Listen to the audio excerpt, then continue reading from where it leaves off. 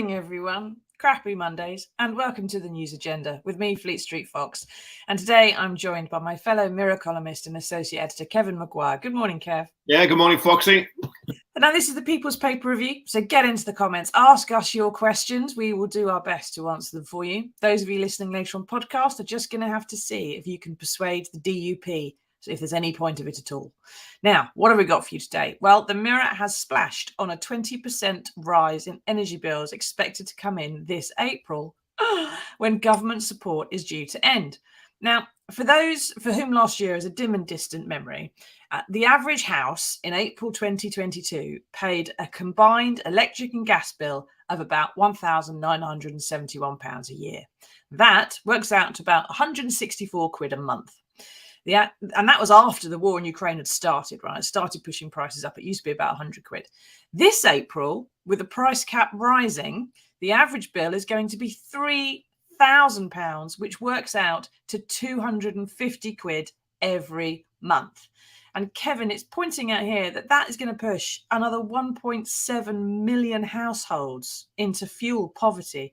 So there's going to be millions of people who just can't afford to pay that, aren't there? Yeah, that'll be 8.4 million households spending more than 10% of their income on fuel bills, heating and light, which is what the definition of fuel poverty is. It's a phenomenal blow, and this is what the cost of living crisis is about. People are really feeling the pinch, I think, on energy bills and on food. They're two areas. You've got to have light, you've got to have heat, you've got to eat.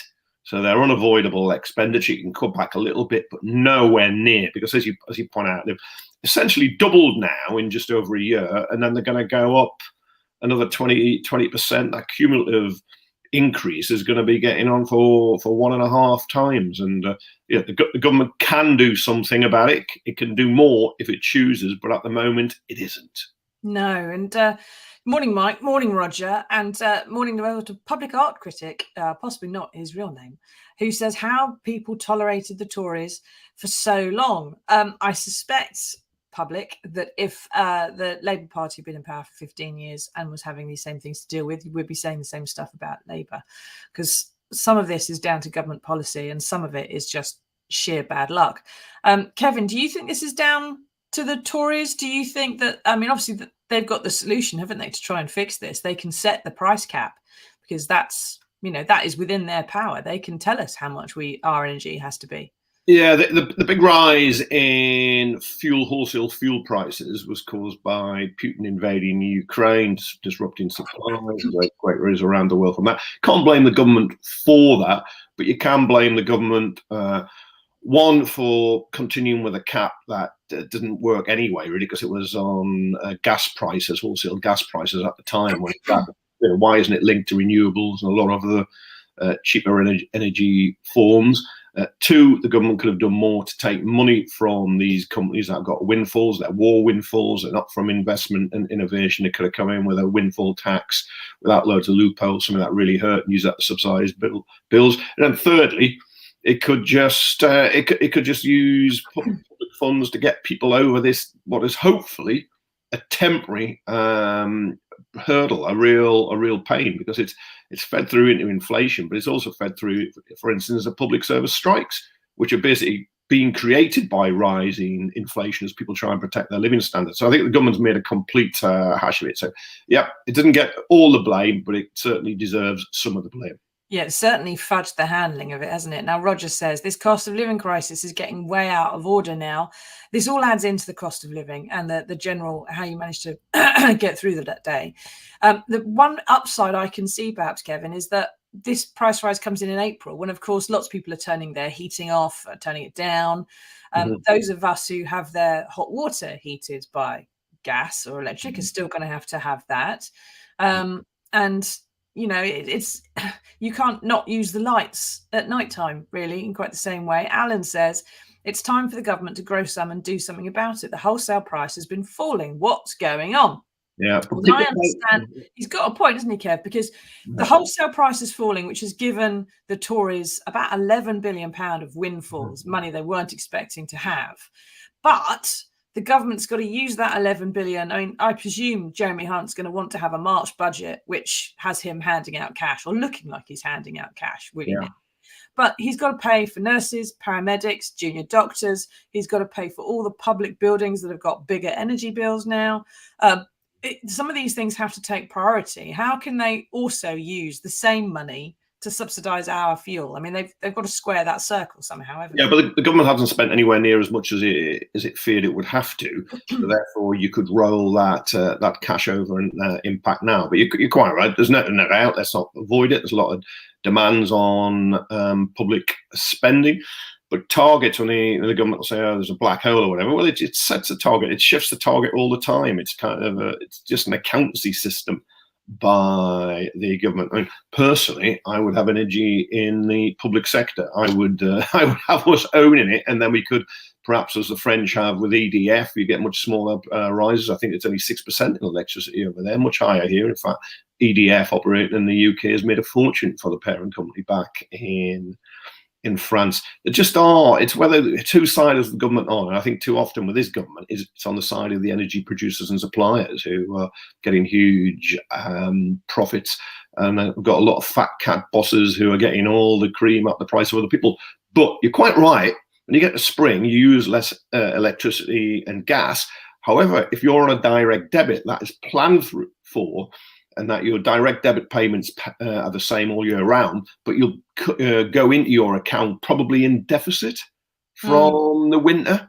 So yeah, you use less electricity and gas, but you're basically just paying what you've borrowed last winter or will be putting aside for next winter. Different for people on prepayment meters, but we know that they pay a higher rate all the way through the year. Exactly. The people that are going to suffer the most through some of this, people on prepayment meters, that there could be directed help for them. They could be using the regulator to set that energy price either cheaper or the same as everybody else's. The fact that it has to be more when you are poorest, I always found quite disgusting. But when they cap energy prices for the consumer, what they're also doing, of course, is capping profits for the actual the producer. So the consumer gets their prices capped, but the producer also gets their profits capped. And I suppose the government would argue, well, look, we have a windfall tax of sorts. It's a bit of a small one, but we have a windfall tax of sorts on that. So we do end up taxing that as well at the other end. And then we can use that to pay back to consumers. But hang on a minute, why don't they just cap the prices to start with? So we've all got more money in our pockets, so we don't need the extra tax sort of coming through. I mean, if they're against a windfall tax, that would be the sensible thing to do, is to cap the profits, cap the cost for us, and the economy keeps limping along.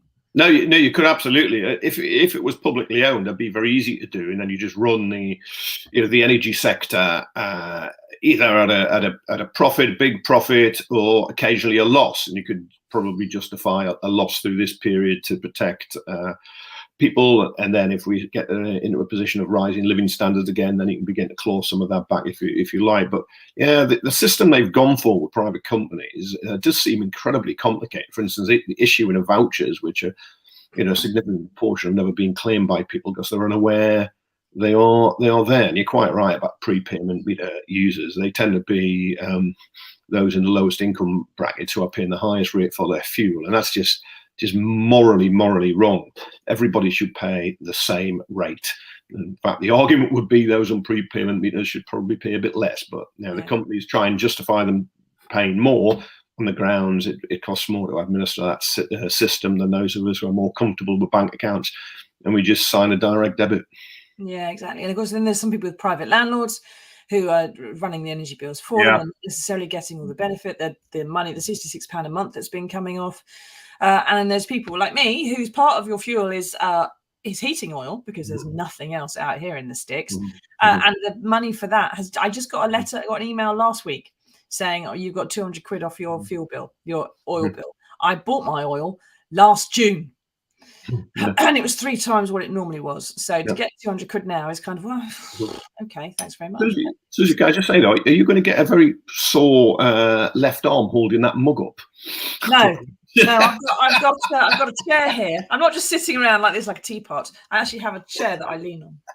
Don't worry. I've got a mug like yours, but I forgot to bring it. I've got my Sunderland winning the Papa John's. For goodness sake, what's the point of having some brand product placement if you don't use the right product? Sunderland. Now, Newcastle fans will appreciate it though, because they keep asking us your questions, everybody. Do you appreciate Kevin's Sunderland mug or the News Agenda mug, which of course goes out to the people who ask us the best questions? What do you think about the energy bill crisis? Do you think the government should do more? Do you think the government's got enough to do with this money and it has to spend things a bit more wisely, and April might be the right time, considering we're using less, to let the prices go up a bit? But I have to move on to another story now. And on to page 2, the question which is going to dominate the news today, and you're going to hear a lot about this. You've heard a lot about it already for the past few weeks. Can the Tory party move on from Brexit? With polls showing that only 2% of the country actually give a toss about this anymore. Most of the people in Northern Ireland are quite happy with the protocol, but Rishi Sunak has decided to stake his entire political capital on a new Brexit deal. In the hope that this is going to give the Northern Irish Assembly, get them going again in time for the 25th anniversary of the Good Friday Agreement, which is coming up, and then a planned state visit by Joe Biden. None of which will look good or could happen if the DUP has collapsed Stormont over Brexit. So, predictably, the headbangers of the Tory party, and there's one picture there next to Mr. Sunak, aren't very happy with it. The DUP usually aren't happy about anything anyway. The deal is getting presented to the Commons today, isn't it, Kevin? And the EU President, Ursula von der Leyen, is coming over for a joint press conference when they're going to announce this brilliant deal they've come up with. So what is their brilliant deal?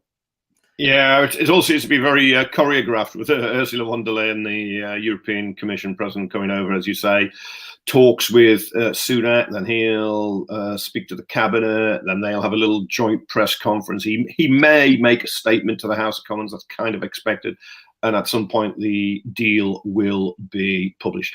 Now, the Brexit was a bad idea. Northern Ireland was ignored, really, the problem, that 310-mile land border, which if the UK was outside the European Union, if it wasn't going to be there, the UK button, the European Union, where was it going to be? So to avoid jeopardising the Good Friday peace agreement, it was put down the Irish Sea with essentially checks on goods going from Great Britain to Northern Ireland and the other way, then from Northern Ireland over into the Republic of Ireland and the EU common market and single market.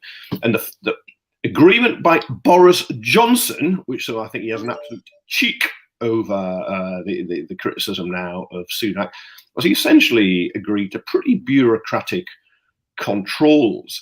So a supermarket truck going over needs basically a bit of paper, a form for just about everything, and all sorts of restrictions were introduced. Now what Sunak is trying to do is to simplify all that and have a green lane for stuff that just goes from Great Britain, England, Scotland, Wales to Northern Ireland, and then there's a red lane where you'll have some more checks, but there won't be onerous going if the stuff then goes into the Republic of Ireland, the European Union. And there's areas such as Boris Johnson agreed VAT rates, for instance, would essentially be in Northern Ireland, would listen to what's happening elsewhere in the European Union. Now, he's trying to get rid of some of that, but there will be, as John Major says, a minute oversight by the European Court of Justice, which is enough to send the extremists of the Tory party, the European research group, crazy, and to some extent the DUP. And the DUP doesn't speak for the whole of Ireland. It kind of it gets, or that corner of Ireland, it gets confusing because remember, Northern Ireland voted to stay in the European Union. Almost all the other parties wanted to stay in the European Union. They see how the protocol works. They'd like to get rid of some of the bureaucracy, but they understand why it operates. But the DUP, I think, yeah, it's become a extremist party. But it also, I just wonder about the good faith, whether it wants the protocol issue to be resolved, because if it does, they said they'd go back into power sharing, and the Stormont Assembly, which has not been meeting for more than a year, would start gathering again. Well, if they do that, there will be a Sinn Féin First Minister. And I just do not believe the DUP want a Sinn Féin First Minister in Northern Ireland. So they're looking for excuses and reasons to not go back into power sharing. Yeah. There's a lot of other stuff going on, isn't there, around it with the DUP as to what it is they're Oh, actually after. Because I mean, the DUP were always pro-Brexit, but always rather slightly didn't really like the Good Friday Agreement in the first place. And the one thing about Brexit is that you have to have a patrolled land border with the EU, which the DUP knew full well all the way along. So maybe that was why they supported for Brexit. You're right. The DUP opposed the Good Friday Agreement back in 1998. Geoffrey Donaldson, who's now their leader, he was at the time a member of the Ulster Unionist Party, David Trimble's party, which was for it and helped negotiate, and he quit over it, the DUP, although Ian Paisley later had a change of heart and became First Minister with running Northern Ireland with Martin McGuinness of Sinn Féin. Yeah, but the DUP is still hostile to elements of that agreement. Yeah. And they would very much like to spend the 25th anniversary with it not really working very well, I would have thought. Now, Fiona says, and this is in response to the thing I said earlier, most people in Northern Ireland are happy with the protocol. She says, most people in Northern Ireland are not happy with the protocol. Well, Fiona, I've had a quick Google. And according to Belfast Live, our sister website in Northern Ireland, our sister paper, most voters in Northern Ireland do not rank the protocol among their highest policy concerns. The top concern was the NHS, followed by the economy, and about a third of people have put the protocol in their least important concern, that of the thing they are least bothered about in Northern Ireland. It may well be they're not entirely happy with it. You might be entirely right with that, but it's not up there, top of their agenda of things to worry about. But it is the top of the agenda, isn't it, Kevin, for a lot of people in the Tory party who have spent the past, oh my God, nearly 7 years screaming at us about this kind of stuff. Do you think when Mark Francois or Jacob Rees-Mogg or any of these people, Ian Duncan Smith, come out and start talking about the DUP or the protocol or a land border or a sea border or anything else, most of the public are going to go, not this again. What? Shut up, go away. I don't care. It's going to actually damage them, isn't it? Before, when they did this, it made people think, well, they're going to protect Brexit or destroy Brexit, and it broke us all apart. Now, when they're doing it, it's going to unify us. We're thinking, please just stop. Please just sign Rishi's deal and move on. Yeah, the crazy loopy loons are so doctrinaire and ideologically driven. They can't let the last war go. They've got to keep on fighting. Well, I think most people have moved on wherever you were, remain or leave kind of acceptance. And most people now, you get majorities, people regret Brexit, wish we'd stayed in. They can see it's not delivered what was promised. Others would argue, I would argue it's a disaster, but people just want to make it work and go. I think your disagreement on the protocol is people in Northern Ireland agree with it in principle, but the operation of it, they would like to be made a lot simpler and less bureaucratic to ease trade. But they're not saying get rid of the protocol. They're just saying make it work better. But there are these people in the Conservative Party, some outside the Conservative Party too, not all in the DUP either, who are just obsessed with it, and it is utterly ridiculous. Mark Francois, I think he chairs the European Research Group now, which in truth isn't what it was, but he said in an interview, we know what's going on, we're not stupid. Well, I think Mark Francois sometimes does sound very stupid on this. If you got to the point where a lunatic anti-vaxxer is actually the chairman of your group, then probably everyone else has left the group. Got to remember, Rishi Sunak in 2016 was a Brexiteer. He backed Brexit. He's backed it all the way through. But what's happening now, instead of Brexiteers blaming Remainers for what goes wrong, they blame each other. Yeah, I'm Brexit. I'm more Brexit than you. Yeah, but this is the thing, isn't it, Kevin? That a lot of people, this validated them. The likes of Mark Francois. Where would they be without Brexit? As Rebecca was just saying there, Boris Johnson was the cause of all this, and now he's walking around trying to say that it wasn't me, it was some bloke called Joris Bronson. Without Brexit to validate and give them a thing to get their teeth into, the Mark Francois, the Ian Duncan Smiths, the Boris Johnsons would just be an eccentric on the back benches. Because of this, it made them who they are, and therefore they don't want to let go of it, do they? Yeah, well, Johnson's the lying liar who can't stop lying. He just lies all the time. And of course, he just used Brexit. He didn't really believe in it. I've known him for a long time. He was very hostile to the European Union, but didn't really believe in Brexit. Didn't think he'd win the referendum. He just saw it as a route to number 10, which it worked out for him as a career development opportunity. Fantastic. But somebody like Mark Francois, we wouldn't be talking about him now. Nobody would have heard of him outside his Essex constituency if it hadn't been for Brexit. And perhaps that's what he can't let go. It's his rolling 15 minutes of fame. But I think he's in danger of becoming, well, certainly a figure of fun. He's probably there already, but he's becoming something of a hate figure. And he may prove how powerless he is now if this deal, as we think it is, gets through, which it should.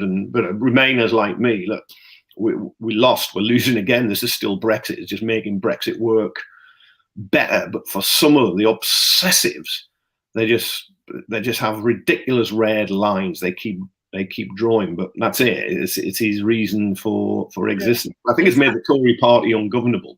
I mean, that is the problem, because they all just jump up and down and scream and shout about things all the time, and they just look like a total rabble.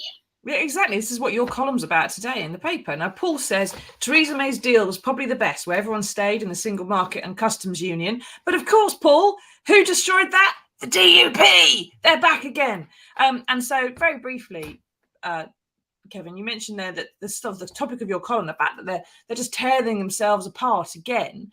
Now, if this comes to a vote, this new deal, which will probably happen at some point, but not immediately, we're told today, that sort of Tory broad church that's crumbling that you talk about there, they're not going to be able to get all of those people through the lobbies in support of it.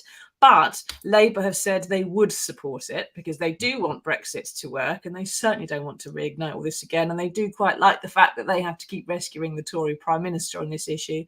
So, what's going to happen to the party, though, and Sunak?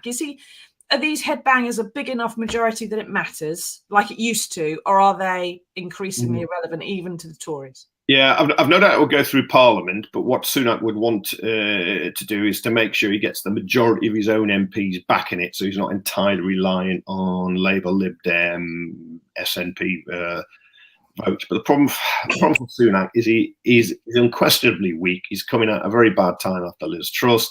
He wasn't even elected by the Tory party, just got enough nominations from MPs.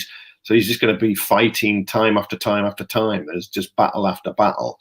And I think he'll just get absolutely exhausted by it. I also think sorting out the protocol is a good idea. And yeah, he may deserve some credit for that. However, why didn't he think about this in 2016? Northern Ireland was completely ignored by those campaigning for Brexit, despite Tony Blair and John Major, ex-Labour, ex-Conservative Prime Ministers, both warning you've got a 310-mile land border between those 6 counties in the northeast of Ireland and the rest of Ireland. What are you going to do? And it was just completely ignored, like so much else was. Yeah, exactly. And when people said this is going to start the Troubles up again, I remember journalist Laura McKee got killed in the kind of protest that came after that Brexit vote. They said, "Oh no, you can't. There'll be no restart of the Troubles. You're being absolutely far too dramatic." Let me just quote you quickly. This is what someone said on the 26th of June, 2016. The British people will still be able to go and work in the EU, to live, to travel, to study, to buy homes and to settle down. There will continue to be free trade and access to the EU single market. Now, Kevin, when I tell you that comment appeared in the Daily Telegraph, you're going to know who wrote it, aren't you? Yeah, it'll be Boris Johnson. His £250,000 chicken feed column, as he called it. He just lied and lied and lied. He created his own false reality of Brexit, and there was a mania at the time, I think, in the country. Brexit had not been much of an issue for more than a tiny minority of people. Often didn't even poll in the top 10 issues that mattered until Cameron, for strategic reasons, a disaster, promised the referendum. He then got majority. The Lib Dems couldn't stop him after the 2015 election. And Boris Johnson, who was going to side with Cameron, then goes against him for his own reason, and he just made it up as he went along. Yeah. Well, the one thing I suppose Cameron did manage to achieve with that vote is what he wanted, which is, he was being stuck with problems by UKIP taking away the Tory vote and starting this big old row about Brexit and everything. And then he has destroyed UKIP. Where is it now? It's got no councillors, no MPs, no nothing. It's gone. He Yes, just lost his party. Yeah. It is an ex-party, so there was that. That's one thing they gained from it. I suppose Cameron was right in that respect, but of course, thanks for the rest of it, Dave. Now, we do need to move on to some good news, but in the meantime, we'll have a little wrap-up of questions at the end. What do you think about your energy prices going up? Are you happy to pay an extra 100 or so quid a month every month? Is that going to matter? Do you think there are people going to have a real problem with that? And what do you think the government should do with the unexpected windfall from the drop in wholesale prices? And what do you think is going to happen with the Tory party in this Brexit deal? Does it matter anymore? Does anybody care? When is Mark Francois going to go away and shut up? We'll have to wait and see, won't we? Right. But first off, we have found some good news in the world for you. And here it is.